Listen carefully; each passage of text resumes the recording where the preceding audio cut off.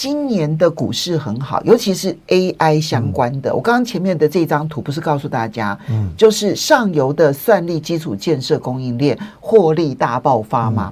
那这个获利大爆发其实已经可以看得清楚了啊，比如说在美股当中的11个板块的获利都超过预期。当然获利最好的这个第一根是能源，第二个呢是资通讯，就是通讯相关。这个通讯相关里头呢，就包括了像是阿发贝在里头 ，Meta 在里头，Netflix、迪士尼、Comcast、AT&T 跟 Verizon 都是在这个区块里头。哦，它的第二季获利真的是大爆发。然后呢，再接下来是非必需消费品。什么是非必需消费品呢？ Nike 是这里面的哈。但更重要的是，亚马逊跟特斯拉在这一个区块里头，其实获利也是很好，不是讲特斯拉，亚马逊的成绩非常好所带动的。然后第四个区块呢，就是代表的是通讯、资讯科技，包括苹果啦、辉达啦、微软啦，都在这里。所以你会发现，前面4个群组当中，扣除掉能源，其他全部都是跟 AI 相关的，好，然后不管是，而且都是跟这些科技巨头有关的。那么当然还是有亏钱的啦，就是医疗相关的，到现在为止还是亏钱的。所以就 AI 相关的获利好不好？很好，而且超预期。好，那我很快的让大家知道超预期。不过这里面要注意的是，我们刚刚讲硬体的部分的大爆发，可是就半导体及设备这个角度来看，它的获利预期上修。这个是我都不是前面是讲说获利有多高，可是呢，这个是说我现在公布完了之后上修的幅度，其实半导体及设备这次上修的幅度很小，只有上修 1.2%， 这个幅度算是很小，跟第一季的 5.3% 相比，其实上修的幅度算小。这也就说明了为什么大家开始修正硬体科技，因为现在股市的发展常常跑得很前面，就我认为你未来会赚大钱，所以我就先跑了。那个梦很大，对，我就梦想梦比的梦非常大，就是我预估你会考100分，但是我的股价已经定价在110分，结果你考了101分，我就觉得可能会不够了。当然，好，这就是要注意的地方。那上修都有上修。其实不是只有美国啦，你看台湾，因为台湾的我之前跟大家说过，台湾 AI 企业占我们 GDP 的比重是2倍哦。我们 AI 相关企业的市值占我们 GDP 的比重是200%哦。好，所以我们对于 AI 是高度依赖。好，那我们的确实上半年的营收获利非常的好。那你说这个只有在台湾跟美国没有？我跟你讲，在中国大陆也是。然后中国大陆有5000多家的上市公司，他们要在这个月底之前全部公布完财报，上半年的财报。那这个截至这个礼拜1为止，大概有400多家，将近500家都已经公布了它的半年报。果然 AI 硬体的公司确实是表现非常好。我这边提到嘛，以工业妇联来讲，上半年 H1 它的净利润就赚到的钱获利同比成长96%。还好，因为没有超过100%，因为超过100%的有114家。除了能源之外，绝大多数都集中在 AI 硬体建设。全部都集中在这一块。那中国大陆他们现在算力上面要大投资，对不对？他们政府的政策就是要大投资，所以它的获利也是会很好。好，那这边都是讲正面的部分，接下来我们就来讲隐忧的部分。这2个隐忧，我礼拜1在设定这个题目的时候，我确实那时候已经开始在担心，可是今天已经都成为影响全世界股市的一个重要原因。我礼拜1的时候，那时候设定这一件事情的。好，你看长天期公债的标售，因为上个礼拜就已经知道10年期的公债殖利率也创了10几年来的新高，都是标售的价格。然后呢，30年期也是创了几十年来的新高。这个礼拜还要标售20年期的，那也都带动了这个美国的长天期公债殖利率不断的上升。然后呢，第二个其实都卡在前，就是辉达啦、博通啦，要帮客户筹资设立的融资平台，这些也是要去抢钱的。就是 AI 建设真的非常花钱。那我这边稍微提一点，就是因为上个礼拜我有跟大家提过，就是美国的长天期公债殖利率一直上升了，背后有一个很大的原因，就是 AI 的公司去跟美国公债去抢钱。没错，因为我上个礼拜其实有图表嘛，让大家知道公司债跟公债在抢钱，政府发行的公司债最厉害的投资，最厉害的公司的投资级的公司债，因为那几乎跟美国公债是同等级的嘛。没错，Alphabet， 你会觉得它5年、10年之内会倒吗？应该不会。对，Alphabet 就是 Google 啊。然后微软5年、10年之内会倒吗？应该不会。然后呢，比如说像 Meta， 我还不敢讲，对不起哈。那比如说像亚马逊，你应该也不会觉得它5年、10年之内会倒。但是美国政府会不会倒呢？有可能。可是他们的公司债现在的发行量已经是这个比去年同期成长了36%。然后呢，今年全年估计他们的公司债发行量将会破历史新高。所以你就是最优良等级的公司在跟全世界的已开发国家的公债在抢钱哦，不是只有美国，美国的赤字问题很严重，所以要发公债。法国呢？英国呢？日本呢？德国要发展军工产业，德国呢？所以现在是全世界的那个被认为最没有风险的国家跟公司都在抢钱。好，这是第一个部分。第二个部分就是这是公司债了嘛，所以这2大隐忧在这边。那有关于公债的部分，因为我上礼拜就已经好，我们就来看一下30年期得标利率，就是它是发债，然后呢，大家就是去投标嘛，看看我要设定的那个利率是多少。30年期冲向了25年的新高，10年期创了金融危机以来的新高。是投标的啦，不是刺激市场的成交的那个利率。成交的利率其实已经逼近19个月来的新高，就是去年1月川普上任之后的新高。然后30年期的部分则是创了17年来的新高，所以现在速度就非常的快。然后呢，彭博说 Bloomberg 说，他们分析之后，他们认为美债殖利率还会再上升，还会再攀高。他说未来呢，明年呢，美国的10年期公债殖利率5%可能是地板，不是天花板。现在是用天花板来看待它，主要原因就是因为赤字太严重了。他今年的他的财政年度是从10月1号到隔年的9月1号，所以呢，他到7月10个月的时间，其实他的赤字已经超越了2025财政年度了。你的赤字这么严重，要不断的发债，你的企业，然后最优良的企业现在手上也没现金，不但不能够来买公债，相反的要去发公司债。这些都是原因。除了公债的问题之外，其实这一个融资平台这件事情市场上现在很焦虑。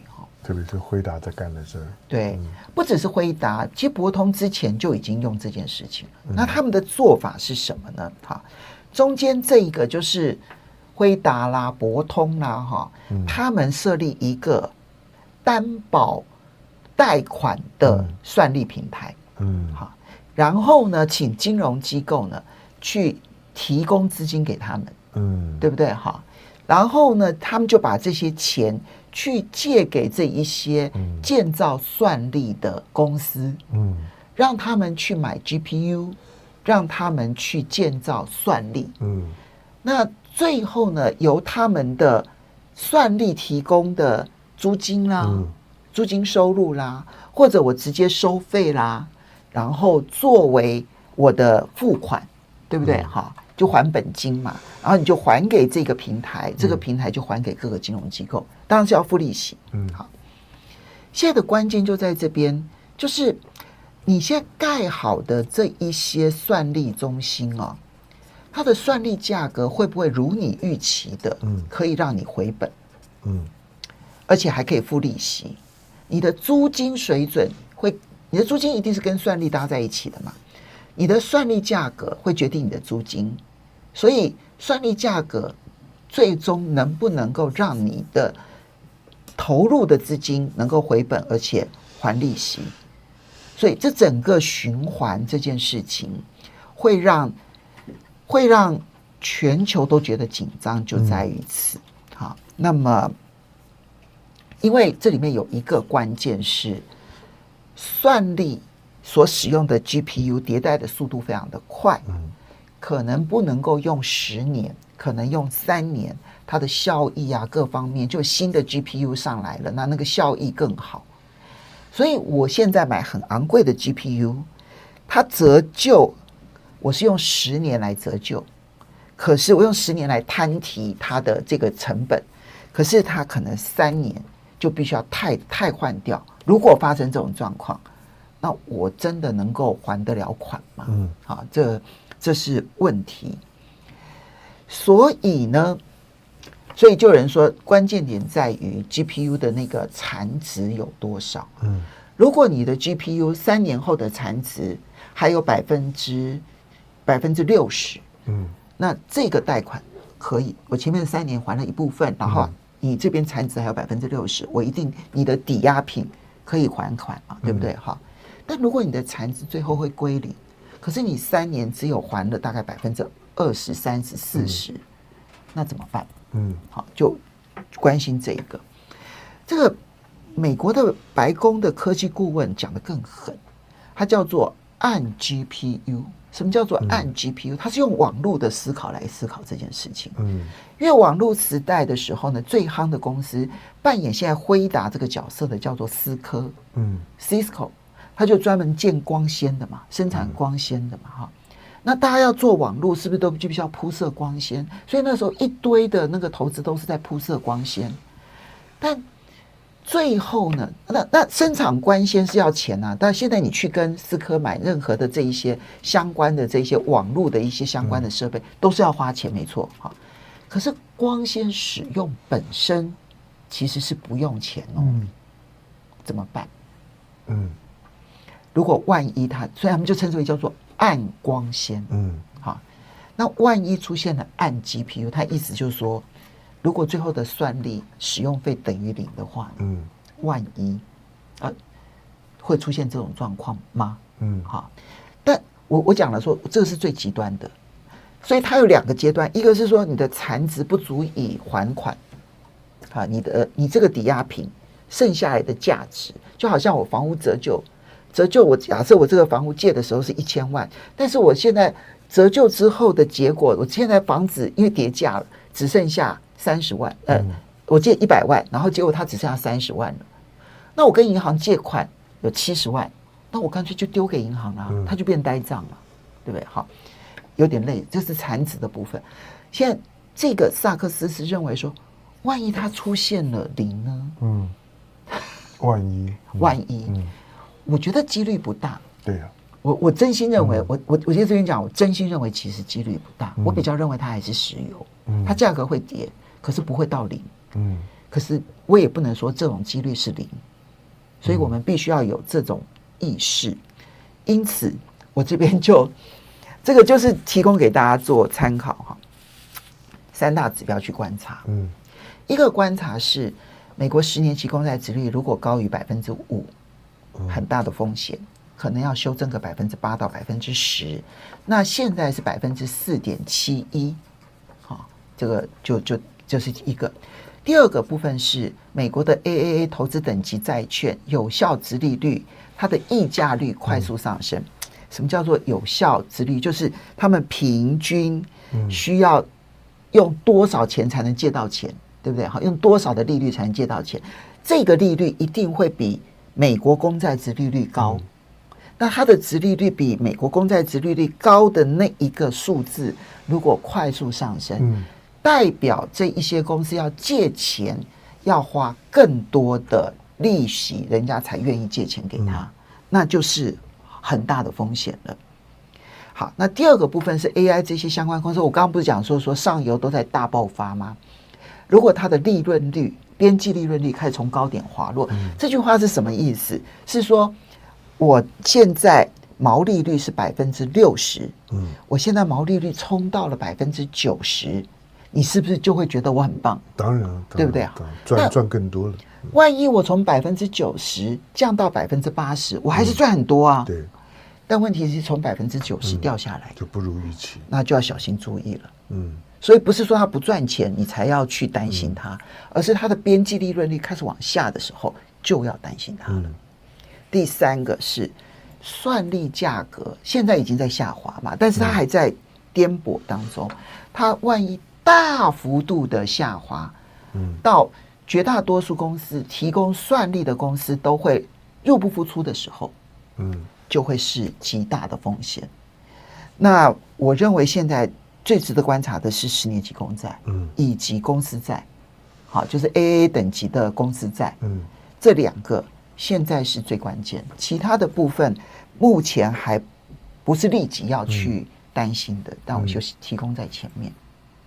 好，因为今天凤仙准备东西呢，听起来呢是有些的专业度的，但是可能未来你面对到呢以 AI 为核心的产业投资呢，你需要留意的一些的概念跟趋势。那当简单讲就是说，第一个就是说，因为 AI 的渗透率呢成长的非常快，或者说你在两年前、3年前 ，AI 可能是玩具，你的手机的，就是说呢首页里面 AI 呢可有可无。但现在呢，你的手机，譬如说以我们这种的 heavy user 来讲，几乎任何有新的 AI 的 app 呢，我们几乎都赶快呢就下载。那呢，作为应用端来讲 ，AI 成长的非常快，渗透率很快。但是渗透率很快了之后呢，现在是它的成长的动能呢开始要转型的时候，因为任何的产业的成长，我们基本概念嘛，一个是需求的推动嘛。然后另外就是看成本嘛。那刚刚讲的说算力会不会变成0？我觉得我们并不需要因为市场当中的那种的天方夜谭，所以你就会开始呢突然间出现一些过于悲观的讯号。这个过于悲观，因为只要是有成本的东西，它都不会变成0，除非有2个可能性。第一个就是说，因为需求是0，当需求是0的时候呢，你的供给端的价格当然就因为没有人要嘛。那个呢是基本的供需观念。第二个就是说，不知道到什么时候呢，算力的供应呢变成是公共财了，就是你政府必须要保证提供的，就像是呢空气水一样。你觉得可不可能？你很难想象，现在大部分的国家体制都不太可能做到这一点，所以它会在未来的某些时间里面呢，它的价格可能会修正，能够呢带动呢更多的普遍性的使用。当然，现在呢 AI 开始快速进入到这个阶段，它要用呢降价呢去创造呢更多的需求，让更多的消费者呢可以进来，它才开始要进入到爆发阶段。但是 AI 的算力呢，它一定是问题。但是总体来讲嘛，现在呢大家呢会担心的，就是我反而比较呢觉得。今天辉达在做的那件事情，它反映了美国呢在以整个的 AI 产业的竞争焦虑。那辉达的那个动作是一个标准的竞争焦虑，就是把所有的美国的 AI 的产业呢做一个把金融体系，因为他们找不到钱了，钱不够用了，大家现在竞争的不只是在前端的 AI 的算力啊，或者说总体的 AI 的效能表现，而是在后端的柴火没有了。那这些呢金融体系如何跟 AI 之间的这个产业体系的需求不至于呢落差太大。AI 呢，我相信他们担心的就是说，除了产业体系的巩固之外，金融面的支撑是非常重要。但第二个就是说，到现在为止，你还没有看到这种的激烈的 AI， 许多的头部的企业呢，都走在 AI 的竞争的路上面。但是你知道，不太可能活下这么多的 AI， 接下去呢，可能一定会有些 AI， 它会慢慢的弱化被淘汰。那个时候呢，它就是呢另外的一个新的形态。但是现在呢总体来讲，辉达在做的事情是把我认为他虽然不会这样讲，但是我认为面对到中美之间的 AI 体系的竞争的时候，美国的体系的防御力不会比中国的体系的防御力更好。那所以呢，他必须要呢扮演一个居中的，因为从金融呢到最后的技术端呢，中间其实需要一些翻译跟媒合的角色的。那我觉得辉达现在在做的是这件事情，否则 AI 可能会出现了青黄不接的情况。那个时候会不会出现了大家所说的担心的一些算力的这些呢庞氏效应啊、庞氏骗局？现在是没有，但是我觉得他们已经在提防这一点。对。其实有提防是好的，最怕的是根本没提防，那个才比较危险。所以我也没有觉得它现在极为危险，我只是说短期内，我觉得那个公债的问题稍微比较让人痛苦一点。其他的部分我觉得问题还没有那么的大。可是那个都是就是说所有的泡沫都是从下面开始慢慢，它其实是现在才刚刚开始，还不到很严重，还没有到大家要悲观到那样的程度。我只是先把那个风险讲在很前面而已，那就是提供给大家。但10年期的部分，这个是美国应该长天期的公债的部分要注意。